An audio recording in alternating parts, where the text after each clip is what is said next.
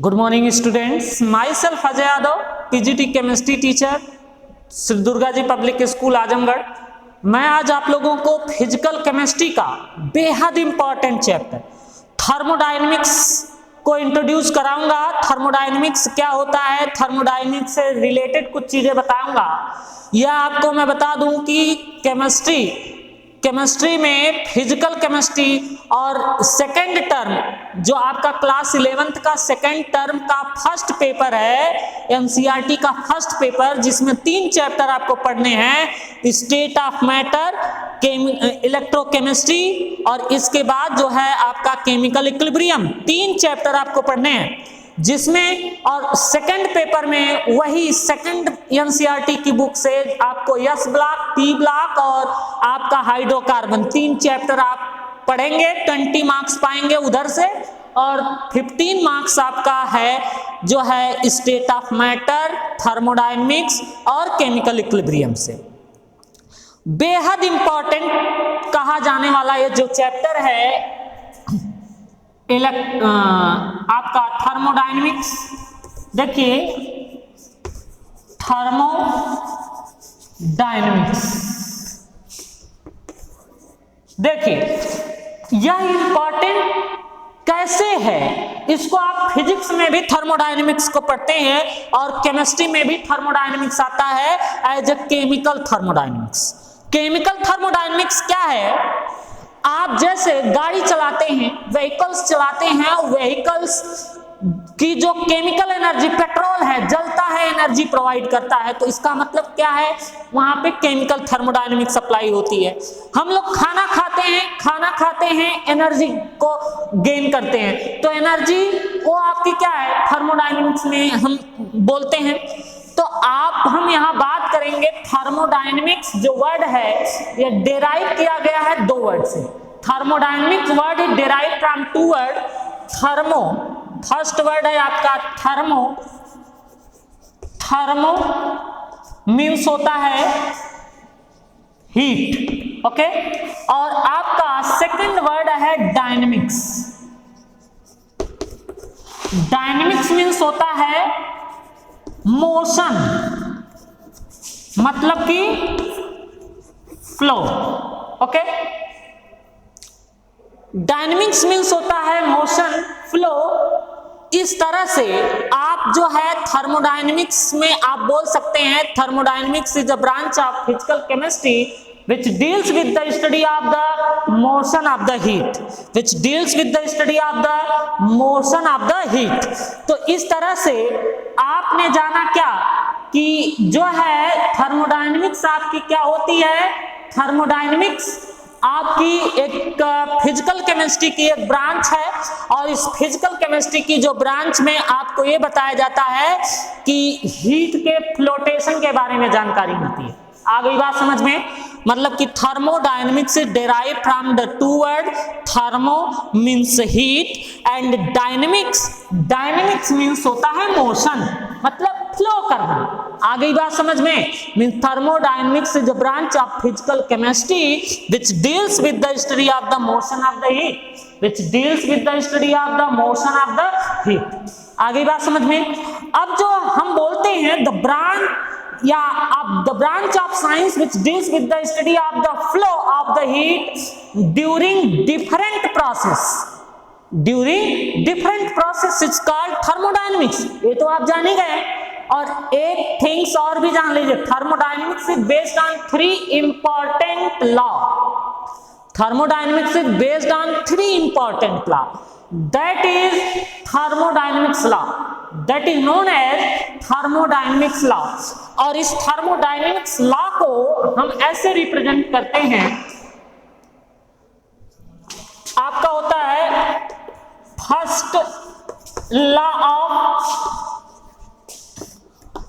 Thermodynamics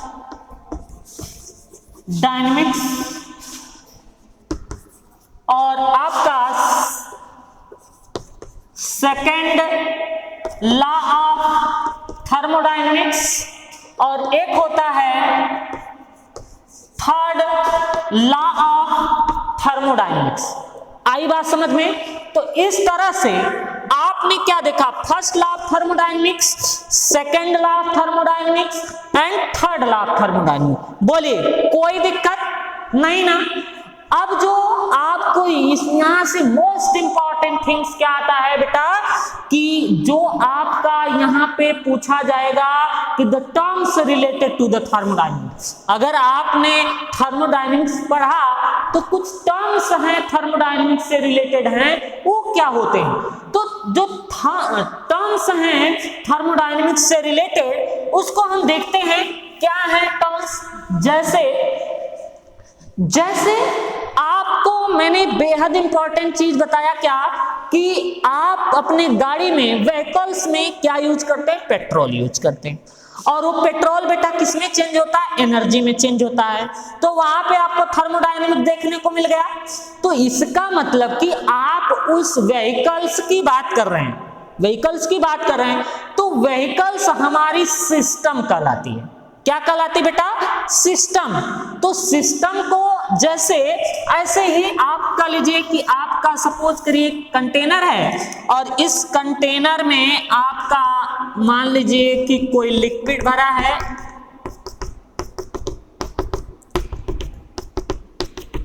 okay. तो इसकी study करना है ना, मतलब ये आपका क्या होगा, इसको हम बोलेंगे क्या, सिस्टम।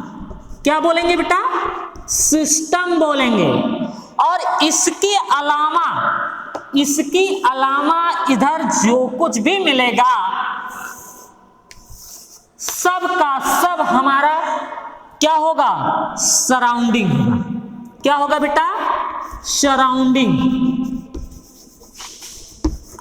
ओके।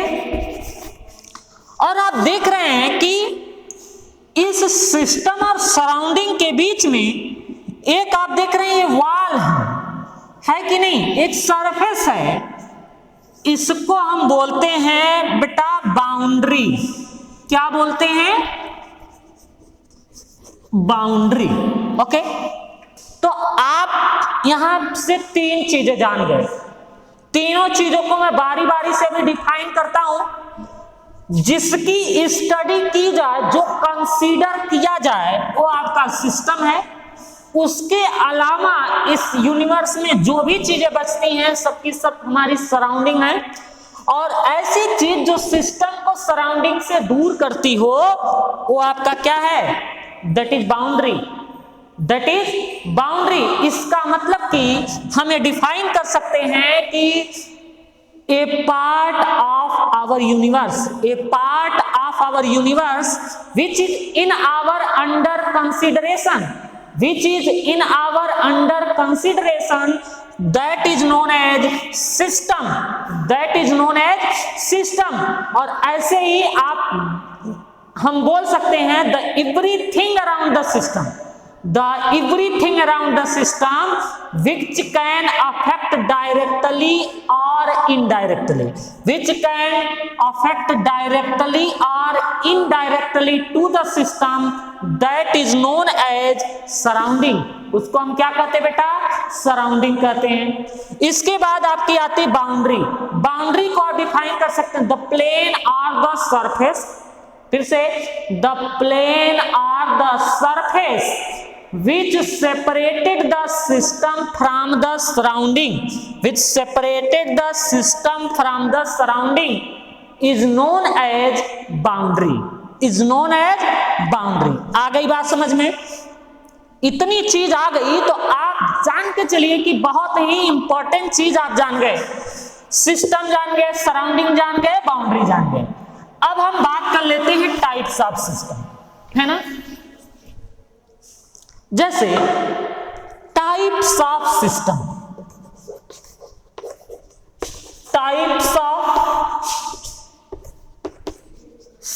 हमारा है। देखिए सिस्टम हमारा 3 टाइप्स का होता है। पहला होता है आइसोलेटेड सिस्टम, और दूसरा होता है ओपन सिस्टम, और तीसरा हमारा होता है close system. Okay. Isolated system, open system, close system. बारी बारी से हम जाने, जैसे ये सपोज करिए कि आइसोलेटेड सिस्टम है हमारा,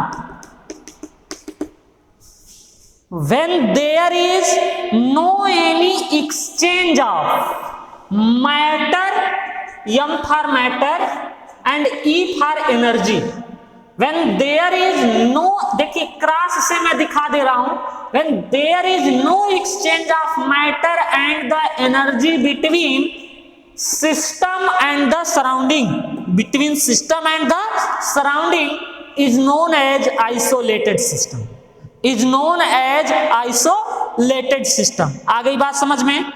कोई पूछेगा आइसोलेटेड सिस्टम क्या है, तो आप क्या बोलेंगे? Isolated system is defined as the system in which there is no any exchange of matter and energy between system and surrounding is known as isolated system, is known as isolated system। और इसके बाद आपको हम जिक्र करने जा रहे हैं जो ओपन सिस्टम या क्लोज सिस्टम की बात आती है, तो ओपन सिस्टम क्या है? Just opposite to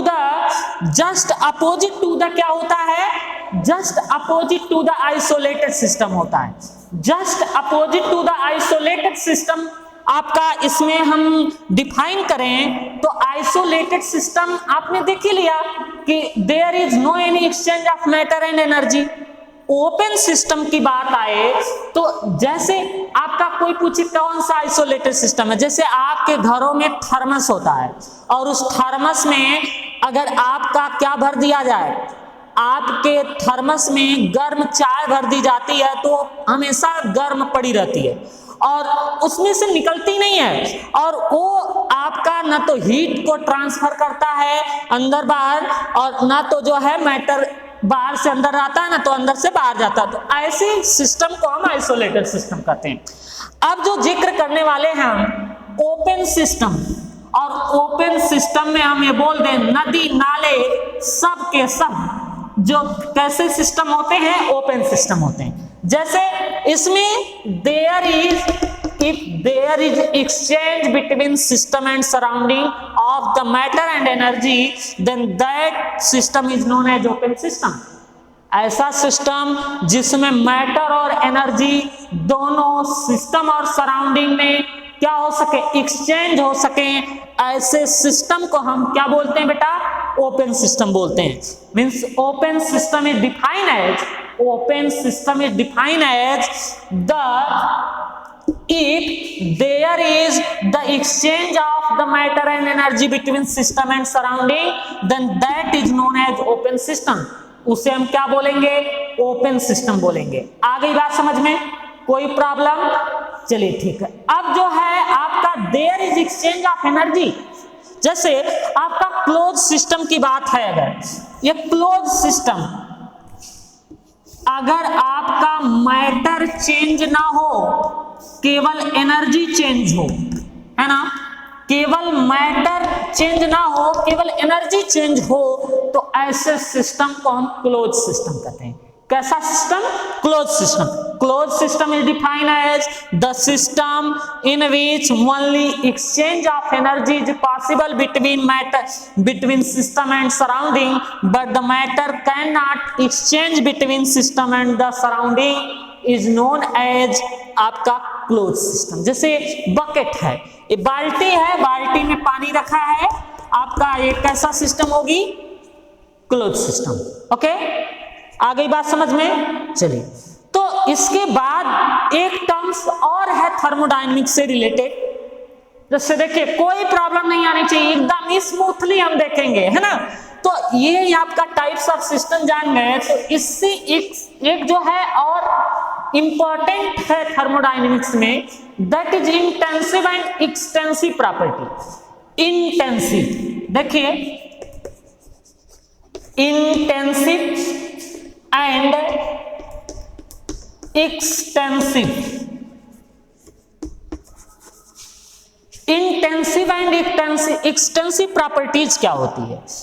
intensive property extensive properties में डिफरेंस अगर देखा जाए तो intensive properties are those properties which do not depend on the amount of the matter.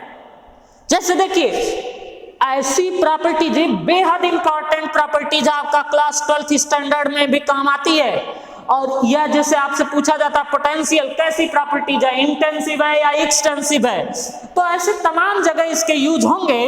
लेकिन आप इतना जान लें कि इंटेंसिव जो प्रॉपर्टीज है, या इंटेंसिव प्रॉपर्टीज को अगर हम डिफाइन करना चाहें, all those properties of the matter which do not depends upon the quantity are called intensive property.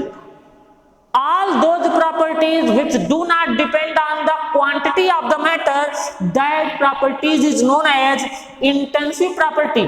जैसे intensive properties में कोई पूछे क्या है, तो मेल्ट है, देखिए MPBP कौन है बेटा, मध्य प्रदेश नहीं, मध्य प्रदेश में बता दीजिएगा। एमपी मतलब मेल्टिंग पॉइंट, बीपी मतलब क्या, बॉइलिंग पॉइंट। तो इस तरह से intensive properties melting point, boiling point, viscosity है, सरफेस टेंशन है, कौन टेंशन, सरफेस टेंशन, कौन टेंशन, सरफेस टेंशन। आ गई बात समझ में? तो these are the intensive properties. और just opposite to the intensive extensive होता है। Extensive properties are those properties which are totally depend at the quantity of the matter, जो मैटर की क्वांटिटी पर डिपेंड करता हो। जैसे आपका मास क्या है, मास है, मास किस पे डिपेंड करता है, क्वांटिटी ऑफ द मैटर पे डिपेंड करता है। वॉल्यूम क्या होता है बेटा, वॉल्यूम किस पे डिपेंड करता है, क्वांटिटी ऑफ द मैटर पे डिपेंड करता है। तो इसका मतलब कि all those properties which do not depend on the quantity of the matter are known as intensive properties, and all those properties which is totally depend at the quantity of the matter is known as क्या, is known as extensive properties। आ गई बात समझ में? इसके बाद आपको जो है बेहद इंपॉर्टेंट थिंग्स जो है, state of system. State of system क्या होता है, इसको जान लेते हैं। चलिए इसको जान गए तो इसको मिटाते हैं हम। चलिए देखें, स्टेट ऑफ द सिस्टम मतलब कि किसी सिस्टम का स्टेट क्या है। जैसे आप कहते हैं ना कि लिक्विड को गैस में बदल देते हैं, गैस को लिक्विड में बदल देते हैं, तो ये सब आप करते हैं ना, तो ऐसे ही हम बोल सकते हैं the state of any system. The state of any system is defined by certain fundamental property, that is TPV, temperature, pressure, volume. मतलब आप क्या बोल सकते हैं, the state of any system is defined by the certain fundamental properties, that is temperature, pressure and volume. ETC आप बोल सकते हैं volume and the change in the value of these properties. The change in the value of these properties like temperature, pressure and volume will change the state of the system। आप जैसे temperature को change करते हैं, liquid है, temperature बढ़ा देते हैं, gas में बदल जाता है। बदलता है कि नहीं बदलता है, बदलता है ना। ऐसे ही कोई लिक्विड है, लिक्विड को सॉलिड में कन्वर्ट करना और टेम्परेचर को फॉल्स करते हैं, तो वो आपका पार्टिकल पास आ जाता है और वो लिक्विड सॉलिड में कन्वर्ट होना स्टार्ट करता है, सॉलिडिफिकेशन, है ना। तो हमने क्या बोला बेटा कि जो है the state of matter is totally, the change of state of matter is totally depend on some fundamental properties like temperature, pressure and volume। आई बात समझ में? तो if the temperature, pressure or the volume, मतलब these fundamental properties change, if these fundamental properties will change, then the state of the system will also change. State of system will also change, means these properties will define the state of system are called state variable. इसको हम क्या बोलते हैं? State. ऐसी property जो state of system को define करती हो इन्हें हम स्टेट वेरिएबल कहते हैं। These are state variable and if the fundamental, आपको मैंने क्या बताया बेटा क्या बताया? If the fundamental properties such as temperature, pressure and volume etc become constant, then it is called state of the system. अगर एक कांस्टेंट हो जाए तो उसको हम क्या बोलेंगे? स्टेट ऑफ द सिस्टम बोलेंगे। बोलिए, आ गया समझ में? अगर यह बेटा आ गया होगा समझ में, तो इसके बाद बेहद इंपॉर्टेंट टॉपिक्स जो है आपका वर्क है। क्या है? वर्क है। जो वर्क है टॉपिक देखिए, हम देखते हैं जो वर्क, देखिए जो वर्क टॉपिक है आप बचपन से पढ़ते हैं। वर्क क्या होता है? जैसे आप किसी भी बॉडी पे फोर्स को अप्लाई करते हैं और कुछ दूर ले जाके रख देते हैं। जैसे आपने पढ़ा है ना, W बराबर F D, F into D, force into displacement, force into displacement होता है। तो the work is defined by the equation W is equal to F D, मतलब work is equal to force into displacement, force into displacement, इसके द्वारा आप बता सकते हैं। तो इस तरह से it is the mechanical work है। यह एक कैसा वर्क है? मैकेनिकल वर्क है। Some other form of the work are, हम अभी बताते हैं कुछ और भी टाइप्स के वर्क होते हैं। ये तो आपका मैकेनिकल वर्क है, और जिस पे आप जानते हैं फोर्स क्या होता है? पुश और pull applied on a body that change the direction of the body और try to change the direction of the body, होता है ना। तो उसे ही हम क्या कहते हैं? उसे ही हम बेटा बोलते हैं वर्क। और एक चीज और आपको बता दूं, इंटरनल एनर्जी जो होती है, इंटरनल एनर्जी किसी भी बॉडी की अपनी एनर्जी जो होती है वो इंटरनल एनर्जी होती है। इसके अलावा जो आपका जो वर्क है, वर्क एक इसके पहले मैं आपको बता दूं एक एडियाबेटिक वॉल क्या होती है और एडियाबेटिक जो है सिस्टम क्या होता है। ऐसा सिस्टम, आइसोलेटेड सिस्टम को ही हम एडियाबेटिक सिस्टम बोलते हैं। एडियाबेटिक सिस्टम होगा तो ना तो आपका वहां पे जो है मैटर और ना ही energy system to the surrounding जाएगी और ना ही सिस्टम से सराउंडिंग से सिस्टम में आएगी। और इसके साथ साथ आपको ये मैं बता दूं, जो बाउंड्री होती है उसको हम एडियाबेटिक वॉल कहते हैं। क्या बोलते हैं बेटा? Adiabatic wall. तो ऐसे ही आपको electric work is equal to क्या होता है? आपका EMF into quantity of electricity. E मतलब W बराबर ए भी होता है EMF into quantity of electricity, है ना, जिसको आप ऐसे I से रिप्रेजेंट करते हैं, है ना। तो क्वांटिटी ऑफ इलेक्ट्रिसिटी जिससे एक फार्मूला निकल गया। ऐसे ही ग्रेविटेशनल वर्क होता है। ग्रेविटेशनल वर्क बराबर W बराबर mgh आ जाता है। तमाम ऐसे फार्मूले हैं। ऐसे अब आपको जानना है सबसे मोस्ट इंपॉर्टेंट पीवी वर्क, मतलब प्रेशर और वॉल्यूम से भी, है ना। पीवी वर्क यह मोस्ट ऑफ द इंपॉर्टेंट, जो ये आपके सिलेबस में इंक्लूड है। जैसे it is the change of volume